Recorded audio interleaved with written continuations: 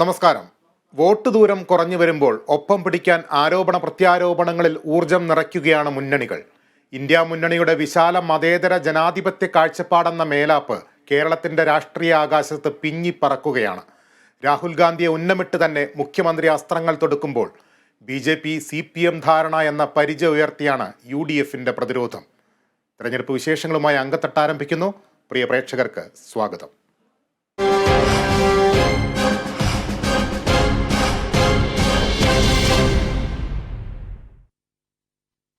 ആദ്യം നോക്കാം വോട്ട് ചിത്രം. വോട്ട് ചിത്രം നിങ്ങൾക്കായി അവതരിപ്പിക്കുന്നത് എല്ലാ ആഭരണങ്ങളും ഇപ്പോൾ പണിക്കൂലിയില്ലാതെ വാങ്ങാം. അൽ മുഗ്ദാദർ ജുവലേഴ്സ്.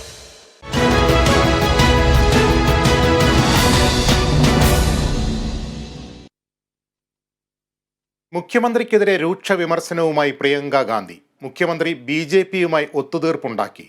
രാഹുൽ ഗാന്ധിയെ മാത്രം വിമർശിക്കുന്ന പിണറായി വിജയൻ BJPയെക്കുറിച്ച് ഒന്നും മിണ്ടുന്നില്ലെന്നും പ്രിയങ്ക പറഞ്ഞു. അതേസമയം പൗരത്വ ഭേദഗതിയിൽ രാഹുൽ ഗാന്ധിക്കെതിരായ വിമർശനം മുഖ്യമന്ത്രി തുടർന്നു.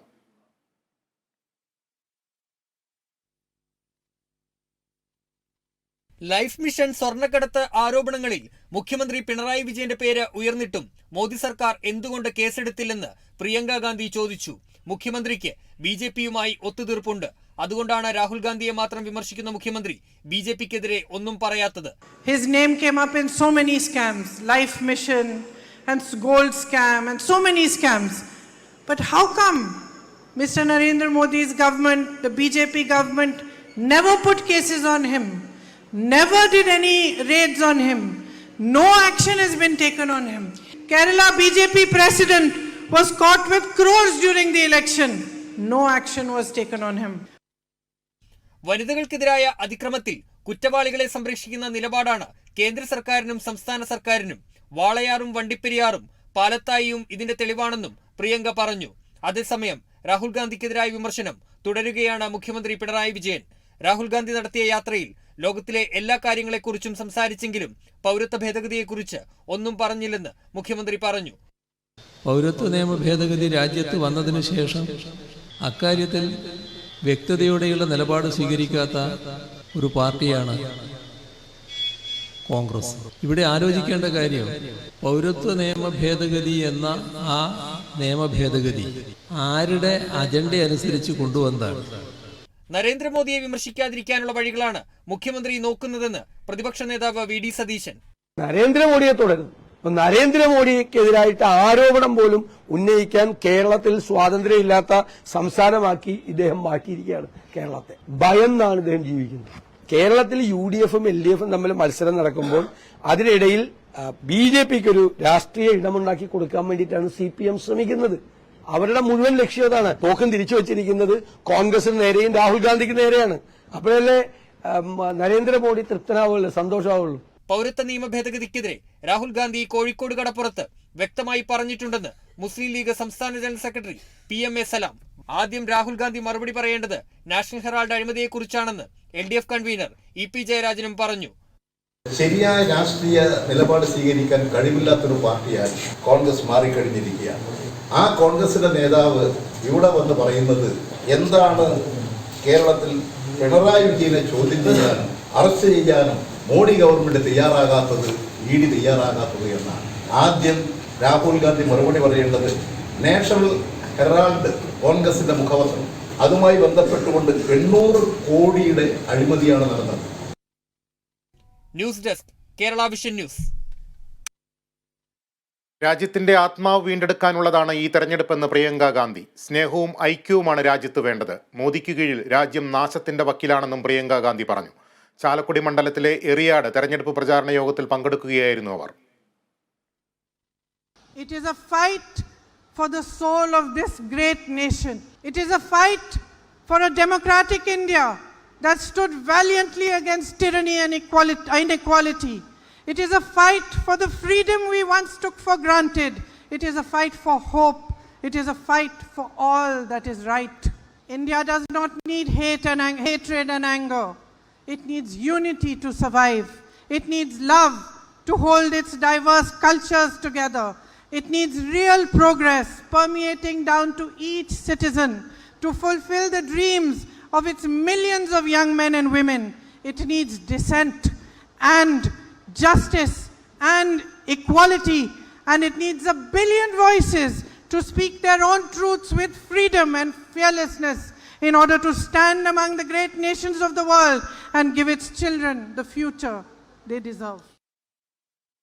UDF സ്ഥാനാർത്ഥി ശശി തരൂരിന് വോട്ടഭ്യർത്ഥിച്ച് തിരുവനന്തപുരത്ത് പ്രിയങ്ക ഗാന്ധിയുടെ റോഡ് ഷോ. തീരദേശ മേഖലയിലൂടെയായിരുന്നു പര്യടനം. ലോക്സഭാ തിരഞ്ഞെടുപ്പിന് ഇനി ദിവസങ്ങൾ മാത്രം ശേഷിക്കുമ്പോഴാണ് UDFനായി വോട്ടഭ്യർത്ഥിച്ച് AICC ജനറൽ സെക്രട്ടറി പ്രിയങ്ക ഗാന്ധിയും കേരളത്തിലെത്തിയത്. തൃശൂരിലെയും പത്തനംതിട്ടയിലെയും പൊതുസമ്മേളനത്തിൽ പങ്കെടുത്ത ശേഷമാണ് പ്രിയങ്ക തിരുവനന്തപുരം മണ്ഡലത്തിലെത്തിയത്. തീരദേശ മേഖലയായ വലിയതുറ മുതൽ പൂന്തുറ വരെയുള്ള റോഡ് ഷോയിൽ പങ്കെടുത്തു. BJP, CPM സർക്കാരുകൾക്കെതിരെ രൂക്ഷ വിമർശനം ഉന്നയിച്ചു. ലൈഫ് മിഷൻ, സ്വർണ്ണക്കടത്ത് ഉൾപ്പെടെ നിരവധി അഴിമതി ആരോപണങ്ങൾ നിലനിൽക്കുന്നതിനാലാണ് മോദിയെ വിമർശിക്കാൻ പിണറായി വിജയൻ പേടിക്കുന്നതെന്നും പറഞ്ഞു.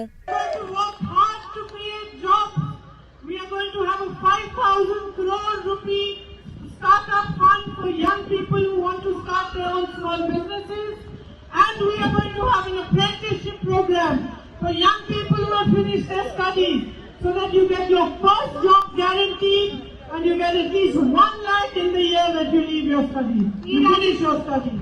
കോൺഗ്രസ് ഭരണത്തിലെത്തിയാൽ ജനങ്ങൾക്ക് തൊഴിലും ജീവിത സുരക്ഷയും ഉറപ്പുവരുത്തുമെന്ന് പ്രിയങ്ക ഗാന്ധി പറഞ്ഞു. അതിദരിദ്രരുടെ അക്കൗണ്ടിലേക്ക് 1 ലക്ഷം രൂപ, 30 ലക്ഷം തൊഴിലവസരങ്ങൾ ഉൾപ്പെടെയുള്ള ന്യായ് വാഗ്ദാനങ്ങൾ പാലിക്കുമെന്നും പ്രിയങ്ക വ്യക്തമാക്കി.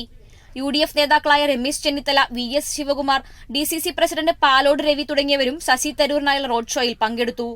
Kerala vision news, Thiruvananthapuram. Thiruvananthapuram parliament മണ്ഡലത്തിലെ വോട്ട് ചോർച്ച അവസാനിപ്പിക്കാൻ കർശന നടപടിയുമായി CPM. ക്രോസ് വോട്ട് തടയാൻ മുഖ്യമന്ത്രി നേരിട്ട് തിരുവനന്തപുരം ജില്ലയിലെ CPM നേതാക്കളുടെ യോഗം വിളിച്ചു. എല്ലാവർക്കും സ്വീകാര്യനായ സ്ഥാനാർത്ഥി, തദ്ദേശ ഭരണ സ്ഥാപനങ്ങളിലെ തെരഞ്ഞെടുപ്പുകളിൽ CPMന് ലഭിച്ച മേൽക്കൈ, CPMന്റെയും ഇടതുമുന്നണിയുടെയും ചിട്ടയായ പ്രവർത്തനങ്ങൾ, ഇതെല്ലാം പന്ന്യൻ രവീന്ദ്രന്റെ വിജയത്തിന് വഴിവെക്കുമെന്നാണ് CPM വിലയിരുത്തൽ. എന്നാൽ മുൻകാലങ്ങളിലെ അനുഭവം മറിച്ചായിരുന്നു. കഴിഞ്ഞ പ്രാവശ്യം ഇടതുമുന്നണി ഫിനിഷ് ചെയ്ത് 3ാം സ്ഥാനത്ത്. ഇത് ആവർത്തിക്കാൻ പാടില്ല എന്ന കർശന നിർദ്ദേശമാണ് മുഖ്യമന്ത്രി നേരിട്ട് വിളിച്ചു ചേർത്ത യോഗത്തിൽ CPM നേതാക്കൾക്ക് നൽകിയത്. CPM വോട്ട് മറിക്കുന്നുവെന്ന ചീത്തപ്പേര് ഇനി ആവർത്തിക്കാൻ പാടില്ലെന്നും മുഖ്യമന്ത്രി പിണറായി വിജയൻ പറഞ്ഞു. ചില CPM നേതാക്കൾ തിരുവനന്തപുരം വിട്ട് CPM ജില്ലാ സെക്രട്ടറി മത്സരിക്കുന്ന ആറ്റിങ്ങൽ കേന്ദ്രീകരിച്ച് പ്രവർത്തിക്കുന്നതായി ആരോപണം ഉയർന്നിരുന്നു. പന്ന്യൻ രവീന്ദ്രന്റെ വിജയത്തിനപ്പുറം മറ്റൊന്നും പ്രതീക്ഷിക്കുന്നില്ലെന്നാണ് മുഖ്യമന്ത്രി പറയുന്നത്.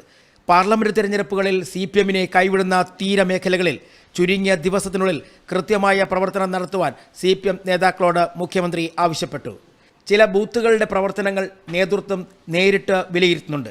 2005 പന്ന്യൻ രവീന്ദ്രൻ വിജയിച്ചതിനു ശേഷം ഒരു LDF സ്ഥാനാർത്ഥി പോലും തിരുവനന്തപുരം പാർലമെന്റ് മണ്ഡലത്തിൽ നിന്നും ദില്ലിയിൽ എത്തിയിട്ടില്ല. കണക്കുകൂട്ടലുകൾ തെറ്റിയാൽ കർശന നടപടി എന്ന നിലപാടിൽ ഉറച്ചു നിൽക്കുകയാണ് മുഖ്യമന്ത്രി പിണറായി വിജയൻ. Kerala vision news, Thiruvananthapuram. ആറ്റിങ്ങലിൽ UDFന് വേണ്ടി വോട്ടർമാർക്ക് പണം വിതരണം ചെയ്തെന്ന ആരോപണത്തിൽ പ്രതികരണവുമായി വ്യവസായി ബിജു രമേശ്. താൻ ആർക്കും പണം നൽകിയിട്ടില്ല. വസ്തുവിന്റെ കാര്യം സംസാരിക്കാനാണ് തെക്കേമല കോളനിയിലെത്തിയത്. അടൂർ പ്രകാശ് വിജയിക്കുമെന്ന ഭയമാണ് CPMനെന്നും ബിജു രമേശ് കുറ്റപ്പെടുത്തി. കഴിഞ്ഞ ദിവസമാണ് അരുവിക്കരയിലെ തെക്കേമല കോളനിയിൽ UDFന് വേണ്ടി വോട്ടർമാർക്ക് പണം നൽകിയെന്നാരോപിച്ച് CPIM പ്രവർത്തകർ ബിജു രമേശിനെ തടഞ്ഞുവെച്ചത്. ബിജു രമേശിനെതിരെ CPM നേതാവ് പോലീസിൽ പരാതി നൽകിയിരുന്നു. എന്നാൽ ആരോപണങ്ങൾ തള്ളി ബിജു രമേശ് രംഗത്തെത്തി. തന്നെ ദ്രോഹിക്കാൻ ശ്രമിച്ചവർക്ക് തക്കതായ തിരിച്ചടി ലഭിക്കുമെന്ന് അദ്ദേഹം പറഞ്ഞു. താൻ ആരെയും സ്വാധീനിക്കാൻ ശ്രമിച്ചിട്ടില്ല. ഒരു വസ്തുവുമായി ബന്ധപ്പെട്ട കാര്യം സംസാരിക്കാനാണ് കോളനിയിലെത്തിയത്. പോലീസും തെരഞ്ഞെടുപ്പ് ഉദ്യോഗസ്ഥരും പരിശോധിച്ചിട്ടും തന്റെ വാഹനത്തിൽ നിന്ന് പണമോ മറ്റെന്തെങ്കിലുമോ കണ്ടെത്താൻ കഴിഞ്ഞിട്ടില്ലെന്നും അദ്ദേഹം വ്യക്തമാക്കി. അതേസമയം ആറ്റിങ്ങലിൽ അടൂർ പ്രകാശ് ജയിക്കുമെന്ന ഭയത്തിലാണ് CPM എന്നും അദ്ദേഹം കുറ്റപ്പെടുത്തി.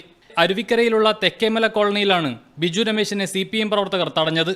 വോട്ടർമാരെ പണം നൽകി സ്വാധീനിക്കാൻ ശ്രമിച്ചു എന്നാരോപിച്ചായിരുന്നു പ്രതിഷേധം.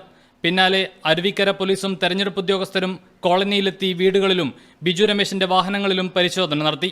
സംഘർഷ സാധ്യത ഒഴിവാക്കാൻ ബിജു രമേശിനെ അരുവിക്കര പോലീസ് സ്റ്റേഷനിലെത്തിച്ചു.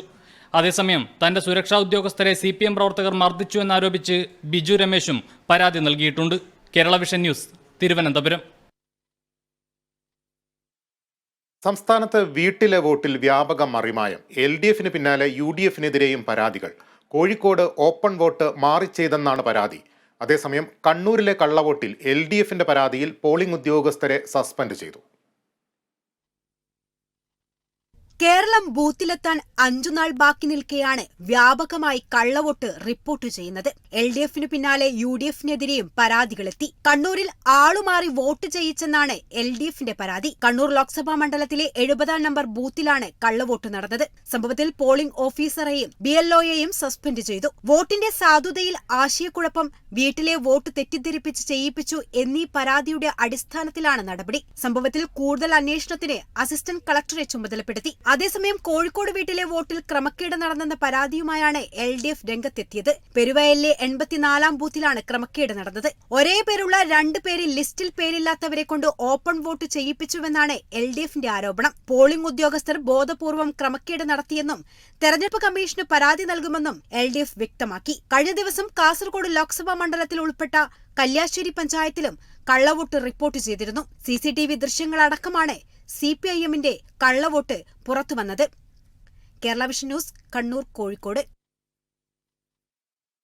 ഹോം വോട്ടിങ്ങിനിടെ കോഴിക്കോട് പെരുവയലിൽ ആളുമാറി വോട്ട് ചെയ്ത സംഭവത്തിൽ 4 ഉദ്യോഗസ്ഥരെ സസ്പെൻഡ് ചെയ്യാൻ ജില്ലാ വരണാധികാരി കൂടിയായ കളക്ടർ സ്നേഹിൽ കുമാർ സിംഗ് ഉത്തരവിട്ടു. ഉദ്യോഗസ്ഥർക്കെതിരെ കേസെടുക്കാൻ സിറ്റി പോലീസ് കമ്മീഷണർക്ക് ജില്ലാ കളക്ടർ നിർദ്ദേശം നൽകി. കല്യാശ്ശേരിയിലെ കള്ളവോട്ട് ഒറ്റപ്പെട്ട സംഭവമെന്ന് LDF കൺവീനർ EP ജയരാജൻ. ഇതൊരു ചെറിയ സംഭവമാണ്. CPM പ്രവർത്തകൻ വോട്ട് ചെയ്യാൻ സഹായിച്ചതാണ്. അതിന്റെ പേരിൽ എല്ലായിടത്തും കള്ളവോട്ടാണെന്ന് പറയുന്നത് എങ്ങനെയെന്നും EP ജയരാജൻ കണ്ണൂരിൽ ചോദിച്ചു.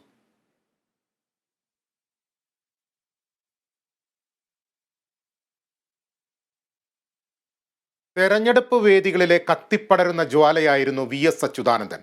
കണക്കിന് വിമർശിച്ചും പരിഹസിച്ചും തനത് ശൈലിയിൽ VS നടത്തുന്ന പ്രസംഗങ്ങൾക്ക് ആരാധകരും നിരവധിയായിരുന്നു. എന്നാൽ ഇത്തവണ ആരോഗ്യ പ്രശ്നങ്ങളാൽ VS പ്രചാരണ വേദികളിലില്ല.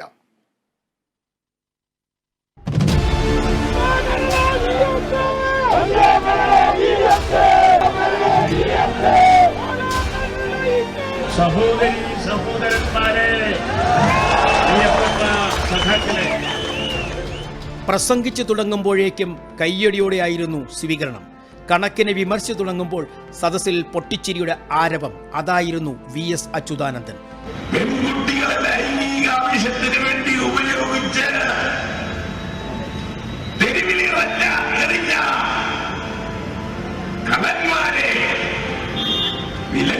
റോഡിൽ നടക്കുമെന്ന് പറഞ്ഞത് ഇതുവരെ കാണാൻ കഴിഞ്ഞില്ലല്ലോ എന്ന്, ഇതുവരെ കാണാൻ കഴിയാത്ത ആളുകൾ കാത്തിരുന്നു കാണുക. രാഷ്ട്രീയ വിഷയങ്ങളെയും അഴിമതിയെയും നീട്ടിയും കുറുക്കിയും തനതു ശൈലിയിൽ VS അവതരിപ്പിക്കുമ്പോൾ ഇളകി മറിയുന്ന ജനക്കൂട്ടത്തെയാണ് രാഷ്ട്രീയ കേരളം കണ്ടത്. അഴിമതിക്കും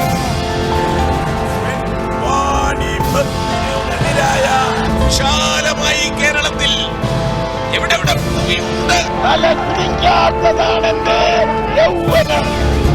നമ്മൾ ഒരു പാർട്ടിയിലും അങ്ങനെ ഒരു ക്രൗഡ് പുള്ളറെ ആ രീതിയിൽ നമ്മൾ കാണുന്നില്ല. ഈ ആവേശ തിരയിളക്കം എന്നൊക്കെ പറയുന്നത് പോലെ ഒന്ന് സൃഷ്ടിക്കാൻ യഥാർത്ഥത്തിൽ ഒരു നേതാക്കന്മാർക്കും കേരളത്തിൽ കഴിയുന്നില്ല എന്നുള്ള വാസ്തവമാണ്.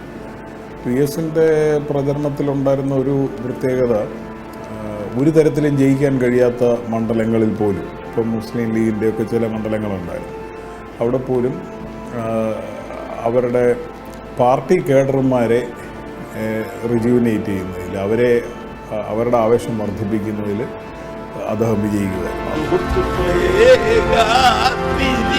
തനതു ശൈലിയിലൂടെ VS നടത്തുന്ന പരാമർശങ്ങൾ പ്രതിപക്ഷ നിരക്ക് കുറിക്കുകൊള്ളുമായിരുന്നു. അണികളിൽ ഇത്രയധികം ആവേശം പകരുന്ന ഒരു നേതാവിനെ കേരളം കണ്ടിട്ടില്ല.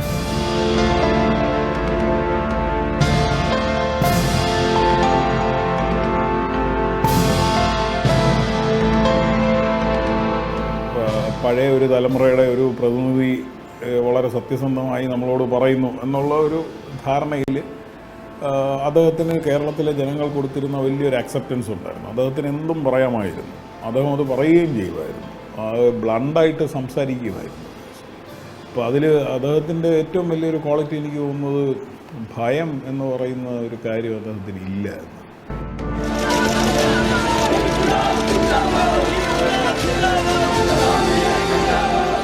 ആരോഗ്യ പ്രശ്നങ്ങളാണ് VSനെ പ്രചരണ വേദികളിൽ നിന്നും അകറ്റി നിർത്തുന്നത്.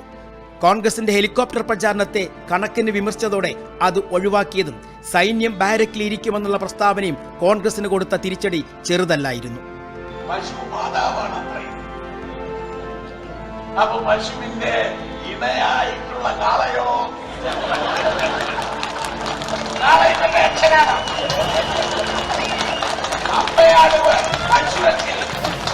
അമ്മയാണ് പശുവെങ്കിൽ കാള ഇവരുടെ അച്ഛനാണോ? VSന്റെ പരിഹാസങ്ങൾ അതേപടി ഉൾക്കൊള്ളുന്ന രാഷ്ട്രീയ കേരളത്തിന് പരാതികൾ ഇല്ലായിരുന്നു. പകരം നിറഞ്ഞ കയ്യടിയായിരുന്നു. അഴിമതിക്കും വാണിഭത്തിനുമെതിരായ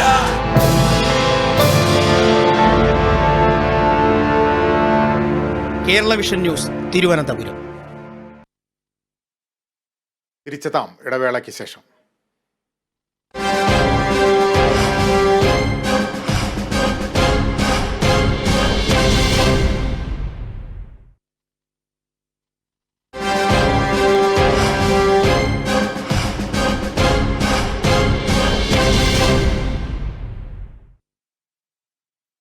വീണ്ടും തെരഞ്ഞെടുപ്പ് വിശേഷങ്ങളിലേക്ക്. CPMന് ഇലക്ട്രൽ ബോണ്ട് കിട്ടിയെന്നതിന് തെളിവ് ഹാജരാക്കിയാൽ പ്രതിപക്ഷ നേതാവ് പറയുന്ന പണി ചെയ്യാമെന്ന് CPM സംസ്ഥാന secretary MV Govindan.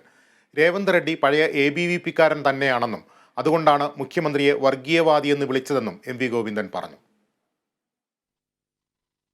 CPMന് electoral bond കിട്ടിയെന്ന പ്രതിപക്ഷ നേതാവിന്റെ ആരോപണം ജാള്യത മൂലമാണെന്ന് പറഞ്ഞ MV ഗോവിന്ദൻ തെളിവ് ഹാജരാക്കിയാൽ VD സതീശൻ പറയുന്ന കാര്യം ചെയ്യാമെന്നും കൂട്ടിച്ചേർത്തു. ഇലക്ട്രൽ ബോണ്ട് CPIM വാങ്ങി എന്ന് ഇന്നലെ പത്രസമ്മേളനത്തിൽ പറഞ്ഞു VD സതീശൻ. അതിൻ്റെ പരിഹാസ്യത അല്ല ഞാൻ പറയുന്നത്, എന്താണെന്നറിയാം, ജാള്യതയാണ്. VD സതീശൻ എന്ന പ്രതിപക്ഷ നേതാവ് ഉൾപ്പെടെയുള്ള കോൺഗ്രസിന് ജാള്യതയാണ്. വിശ്വാസികളുടെ താൽപര്യം സംരക്ഷിക്കപ്പെടണം എന്നാണ് CPM നിലപാട്. തൃശൂരിൽ പൂരത്തിന്റെ ഭാഗമായി പോലീസ് നടപടിക്ക് എന്തെങ്കിലും കാരണം ഉണ്ടാകും.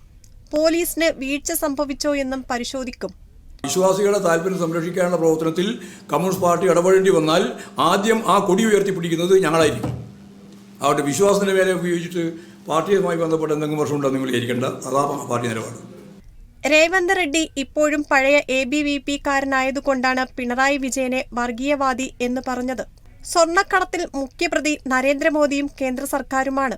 സ്വർണത്തിന്റെ ഒന്നാം പ്രതി നരേന്ദ്രമോദിയാണ്. ഇന്ത്യയിലെ താവളങ്ങളിൽ നിന്ന്, വിമാനത്താവളങ്ങളിൽ നിന്ന് മുഴുവൻ സ്വർണ്ണക്കള്ളക്കടത്ത് ഔദ്യോഗികമായിട്ട് നടത്തിക്കൊണ്ടുപോകുന്നതിന് പിന്നിലുള്ള ആരാ? അത് തിരുവനന്തപുരം ഉൾപ്പെടെയുള്ള എല്ലാ എയർപോർട്ടിൽ നിന്നും അതിൻ്റെ പൂർണ്ണമായ ഉത്തരവാദി കേന്ദ്ര ഗവൺമെൻറ്റാണ്, സെൻട്രൽ ഗവൺമെൻറ്റാണ്. കേരളത്തിലെ ഗവൺമെൻറ് ഉത്തരവാദി. കേരളത്തിൽ 20 സീറ്റും LDF നേടുമെന്നും MV ഗോവിന്ദൻ പറഞ്ഞു. കേരള വിഷൻ ന്യൂസ്, കൊല്ലം. തെലങ്കാനയിൽ പള്ളി ആക്രമണത്തിന് പിന്നിൽ കോൺഗ്രസ് എന്ന് BJP സംസ്ഥാന അധ്യക്ഷൻ K. സുരേന്ദ്രൻ. മോദി സർക്കാരിന് മതന്യൂനപക്ഷങ്ങളിൽ നിന്നും നല്ല പിന്തുണയുണ്ടെന്ന് മനസ്സിലായ സാഹചര്യത്തിൽ വ്യാജ പ്രചാരണം നടത്തുകയാണെന്നും സുരേന്ദ്രൻ ആരോപിക്കുന്നു. മോദി സർക്കാരിന് കേരളത്തിലെ മതന്യൂനപക്ഷ വിഭാഗങ്ങളിൽ നിന്ന് പോലും വലിയ പിന്തുണയുണ്ടെന്ന് മനസ്സിലായതുകൊണ്ടാണ് പലതരത്തിലുള്ള കള്ളപ്രചാരണങ്ങൾ ഇവിടെ നടക്കുന്നത്. മിനിഞ്ഞാന്ന് തെലങ്കാനയിലെ ഒരു ക്രിസ്ത്യൻ പള്ളിക്ക് നേരെ ആക്രമണം നടന്നു. ഒരു ക്രിസ്ത്യൻ പള്ളി വികാരിയെ കുറെ ആളുകൾ ചേർന്ന് മർദ്ദിച്ചു, പള്ളിക്ക് നേരെ കല്ലെറിഞ്ഞു. തെലങ്കാനയിലെ പള്ളി ആക്രമിച്ചത് കോൺഗ്രസുകാരാണ്. തെലങ്കാനയിൽ വൈദികനെ ആക്രമിച്ചത് കോൺഗ്രസുകാരാണ്. അതുകൊണ്ട് കോൺഗ്രസ് പാർട്ടി ഭരിക്കുന്ന തെലങ്കാന സർക്കാർ ശക്തമായ നടപടിയെടുക്കുന്നില്ല. നിങ്ങൾ നോക്കിയാൽ ഇനിയും ഇതുപോലുള്ള കല്ലേറുകൾ വരും. കേരളത്തിൽ കുറച്ച് സീറ്റിൽ BJPയെ ജയിപ്പിച്ചാൽ കേരളത്തിന്റെ കടം 5 വർഷം കൊണ്ട് തീർക്കുമെന്ന് BJP ദേശീയ വൈസ് പ്രസിഡന്റ് AP അബ്ദുള്ളക്കുട്ടി. വികസനം ആഗ്രഹിക്കുന്ന മലയാളികൾ ഒരവസരം തന്നാൽ കേരളത്തെ മാറ്റിമറിക്കുമെന്നും അദ്ദേഹം കൊല്ലത്ത് പറഞ്ഞു. കേരളത്തിൽ ഞങ്ങളെ ജയിപ്പിച്ചാൽ, കുറച്ച് സീറ്റ് ഞങ്ങൾ ജയിപ്പിച്ചാൽ, ഞങ്ങൾ നരേന്ദ്രമോദിയുടെ ഗ്യാരണ്ടിയെ സാക്ഷി നിർത്തി പറയുന്നു, കേരളത്തിലെ 4 ലക്ഷം കോടിയുടെ കടം ഞങ്ങൾ 5 വർഷം കൊണ്ട് തീർത്തു തരാം. കേന്ദ്ര പദ്ധതികളൊക്കെ ശാസ്ത്രീയമായി ഉണ്ടാക്കാനും അത് ഇംപ്ലിമെൻ്റ് ചെയ്യാനും വികസനം ആഗ്രഹിക്കുന്ന മലയാളികളോട് ഞങ്ങൾക്ക് പറയാനുള്ളത്, ഞങ്ങൾക്കൊരവസരം എന്താ, ഞങ്ങൾ കേരളത്തെ മാറ്റിമറിക്കും. സംസ്ഥാനത്തെ 2 ലക്ഷത്തിലധികം പെരുമാറ്റച്ചട്ട ലംഘന പരാതികളിൽ തെരഞ്ഞെടുപ്പ് കമ്മീഷൻ നടപടി സ്വീകരിച്ചു. മാർച്ച് 16 മുതൽ ഏപ്രിൽ 20 വരെ ലഭിച്ച പരാതികളിലാണ് നടപടിയെടുത്തത്. അനുമതിയില്ലാതെ പതിച്ച പോസ്റ്ററുകൾ, സ്ഥാപിച്ച ബാനറുകൾ, ബോർഡുകൾ, ചുവരെഴുത്തുകൾ, വസ്തുവകകൾ വികൃതമാക്കൽ, അനധികൃത പണം കൈമാറ്റം തുടങ്ങിയ പരാതികളാണ് കൂടുതലായി ലഭിച്ചത്.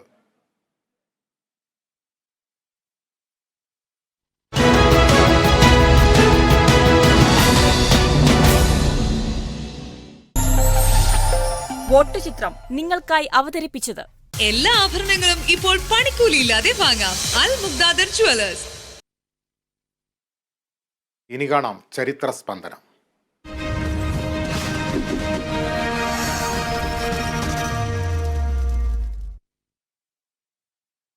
ലോക്സഭാ തെരഞ്ഞെടുപ്പിൽ ഒരേ മണ്ഡലത്തിൽ നിന്നുള്ള സഹോദരങ്ങളുടെ അപൂർവ വിജയത്തിന്റെ കഥയാണിനി. പഴയ മുകുന്ദപുരം മണ്ഡലത്തിലാണ് സഹോദരങ്ങളായ AC ജോർജും AC ജോസും വിജയിച്ചത്. 1970-ൽ പനമ്പള്ളി ഗോവിന്ദമേനോന്റെ മരണത്തെ തുടർന്നുള്ള ഉപതെരഞ്ഞെടുപ്പിലാണ് കോൺഗ്രസ് നേതാവായിരുന്ന AC ജോർജ് ആദ്യമായി വിജയിച്ചത്. ആനി തയ്യിലിനെതിരെ 21,369 വോട്ടിനായിരുന്നു ജയം. സംവിധായകൻ രാമു കാര്യാട്ട് ഈ തെരഞ്ഞെടുപ്പിൽ മണ്ഡലത്തിലെ സ്വതന്ത്ര സ്ഥാനാർത്ഥിയായിരുന്നു എന്നത് മറ്റൊരു കൗതുകം. ഏതാനും മാസങ്ങൾക്ക് ശേഷം 1971-ലെ പൊതുതെരഞ്ഞെടുപ്പിലും AC ജോർജ് വിജയം ആവർത്തിച്ചു. CPM-ലെ CO പോളാണ് അടിയറവ് പറഞ്ഞത്. 1977-ലെ 3-ാം മത്സരത്തിലും മുകുന്ദപുരം AC ജോർജിനെ കൈവിട്ടില്ല. CPM സ്വതന്ത്രൻ SCS മേനോനെയാണ് തോൽപ്പിച്ചത്. 1998-ൽ AC ജോർജിന്റെ സഹോദരൻ AC ജോസും മുകുന്ദപുരത്തിന്റെ മനസ്സിലിടം നേടി. MP-മാരായിരുന്ന AC ജോസിനെയും PC ചാക്കോയെയും കോൺഗ്രസ് മണ്ഡലം മാറ്റിയപ്പോഴാണ് AC ജോസ് മുകുന്ദപുരത്തെത്തിയത്. CPM നേതാവ് P ഗോവിന്ദപിള്ളയെ 8949 വോട്ടിന് തോൽപ്പിച്ച് സഹോദരൻ വിജയിച്ച മണ്ഡലത്തിൽ AC ജോസും വിജയകിരീടം ചൂടി. News desk, Kerala vision News. വോട്ടെടുപ്പെല്ലാം ഇലക്ട്രോണിക് വോട്ടിംഗ് യന്ത്രത്തിലേക്ക് മാറിയതോടെ പഴയ തെരഞ്ഞെടുപ്പ് സാമഗ്രികളെല്ലാം ഈ കാലത്ത് കൗതുക കാഴ്ചയാണ്. അങ്ങനെയൊന്നാണ് കോഴിക്കോട് സ്വദേശി MK ലത്തീഫിന്റെ തെരഞ്ഞെടുപ്പ് ചരിത്രം പറയുന്ന പുരാവസ്തു ശേഖരം.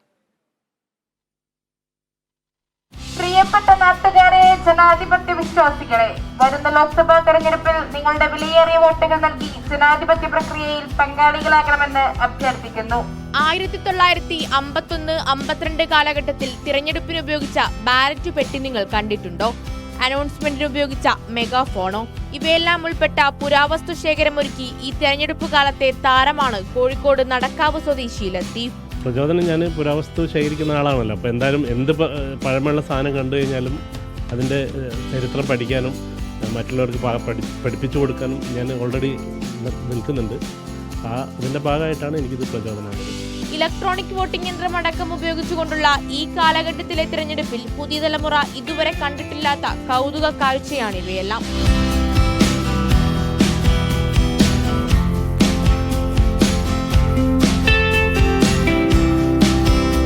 പണ്ട് കാലങ്ങളിൽ ഇതിൽ വോട്ട് ചെയ്ത് കഴിഞ്ഞാൽ 24 മണിക്കൂർ 48 മണിക്കൂർ കഴിഞ്ഞാലേ നമുക്ക് റിസൾട്ടൊക്കെ അറിയാൻ പറ്റും. കാരണം ഇത് സ്റ്റോർ റൂമിൽ പോലീസ് സീൽ ചെയ്ത് വെച്ച് പിറ്റേന്ന് എണ്ണി രാത്രി ഏകദേശം പാതിരാത്രിക്ക് പോലും റിസൾട്ട് കിട്ടാറില്ല. ഇപ്പോൾ ഇലക്ട്രോണിക് യന്ത്രം വന്ന് നമുക്ക് അരമണിക്കൂർ കൊണ്ട് തന്നെ വിജയി പ്രഖ്യാപിക്കുന്ന സിസ്റ്റമാക്കി. തിരഞ്ഞെടുപ്പ് കാലത്ത് ഉപയോഗിച്ചു വന്നിരുന്ന മെഗാഫോണും കൂട്ടത്തിലെ പ്രധാന ആകർഷണമാണ്.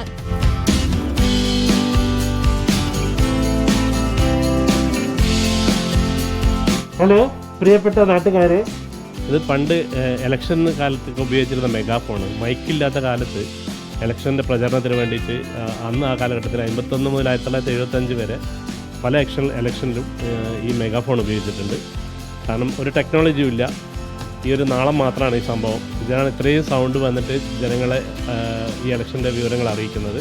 ഇതിനു പുറമെ രാഷ്ട്രീയ പാർട്ടികളുടെ തിരഞ്ഞെടുപ്പ് ചിഹ്നങ്ങൾ ആലേഖനം ചെയ്ത പഴയ അച്ചുകളും പ്രധാനമന്ത്രി നരേന്ദ്രമോദി ഉൾപ്പെടെയുള്ള നേതാക്കളുടെ ജനനത്തീയതി, സീരിയൽ നമ്പറായി വരുന്ന കറൻസി നോട്ടുകളുടെ ശേഖരണവും ഇദ്ദേഹത്തിന്റെ പക്കലുണ്ട്. ഇതുവഴി മൺമറഞ്ഞു പോയേക്കാവുന്ന ചരിത്രത്തിന്റെ സൂക്ഷിപ്പുകാരൻ കൂടിയാവുകയാണ് ലത്തീഫ്. Kerala vision News, Kozhikode. ഇതോടെ അങ്കത്തട്ടിന്റെ ഈ ലക്കം പൂർണ്ണമാകുന്നു. നമസ്കാരം.